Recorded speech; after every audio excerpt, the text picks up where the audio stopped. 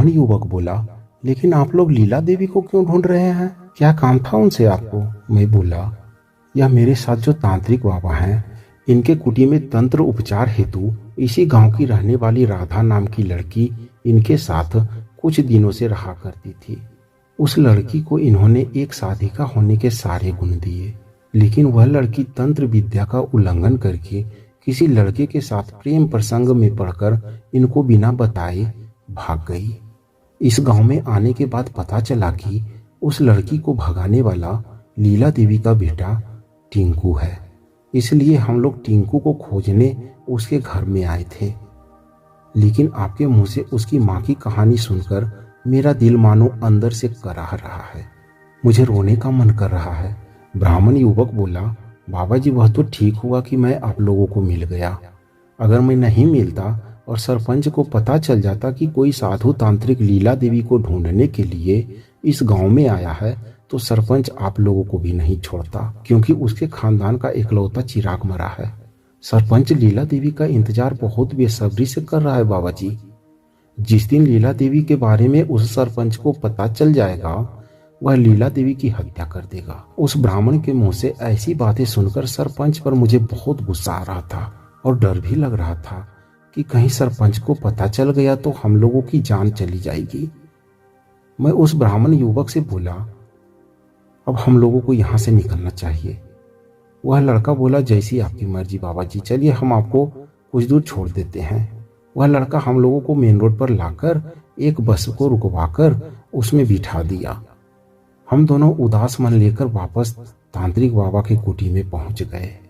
कुटी में पहुंचने के बाद सुराही में रखे हुए पानी से हाथ पैर को धो लेने के बाद तांत्रिक बाबा बोले, राघव तुम इस चारपाई पर थोड़ा देर बैठो, मैं तुम्हारे लिए चाय बना कर लाता हूँ। इतना बोलकर तांत्रिक बाबा चाय बनाने के लिए चूल्हा जलाया। ये राधा और भोला के चक्कर के कारण मैं थका हुआ महसूस कर रहा था। कुछ देर में मैं उसी चारपाई पर लेट गया और मेरी आंखें लग गई। कुछ देर बाद अचानक मेरी नींद चिल्लाते हुए खुली, क्योंकि मेरे चेहरे पर गर्म चाय उस पागल तांत्रिक ने फेंका था। मैं दर्द से कराहते हुए उस तांत्रिक के दोनों हाथों को पकड़कर घुमा दिया और मेरे मुंह से अपने आप निकलने लगा, अबे पागल तांत्रिक, तू तो सचमुच पागल है रे ससुरा। मैंने क्या बिगाड़ा था तुमको बे, जो तूने गर्म चाय मेरे चेहरे पर जानबूझकर डाल दी? बता दे जल्दी, ऐसा क्यों किया, वरना तेरी गर्दन मरोड़ दूंगा।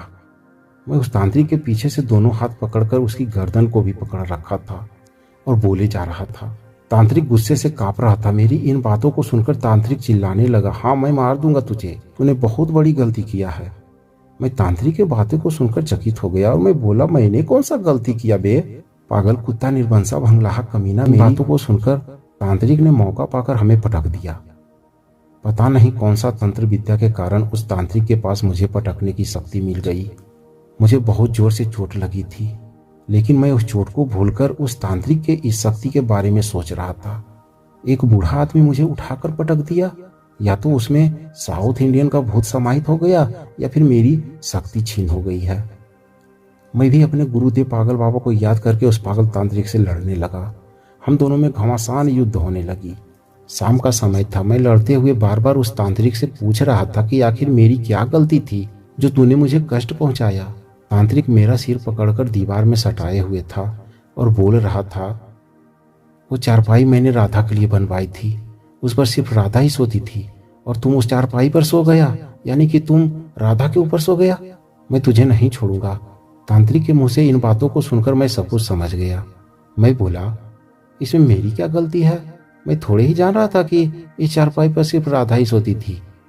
अगर तुमको मेरी मदद चाहिए तो यह लड़ाई झगड़े बंद करने होंगे। हम दोनों लड़ते हुए बातें भी किए जा रहे थे। इसी बीच उस तांत्रिक के कुटी के दरवाजे पर एक आदमी आया और हम दोनों को लड़ते हुए देखकर बोला, यह दोनों तो खुद ही मर रहे हैं, मैं क्या मारूंगा इनको। उस आदमी के मुंह से ऐसी बातें सुनकर हम दोनों ने लड़ना बंद कर दिया और धीरे धीरे उस आदमी की तरफ हम दोनों बढ़ने लगे। उस आदमी के नजदीक जाकर मैंने पूछा, तुम कौन हो भाई, और हम दोनों को मारने की बातें क्यों कर रहे थे? इतने में वह आदमी बोला, यह कुटी किसका है? पागल तांत्रिक बोला, क्यों, क्या चाहिए तुम्हें? यह कुटी मेरा है। वह आदमी पागल तांत्रिक को घूरते हुए बोला, तो तुम ही दोनों आज मेरे गांव गए थे लीला देवी को ढूंढने, क्या वह मिली तुम लोगों को? तांत्रिक बोला, तुम होते कौन हो लीला देवी के बारे में पूछने वाले, और मैं तुम्हें क्यों बताऊं?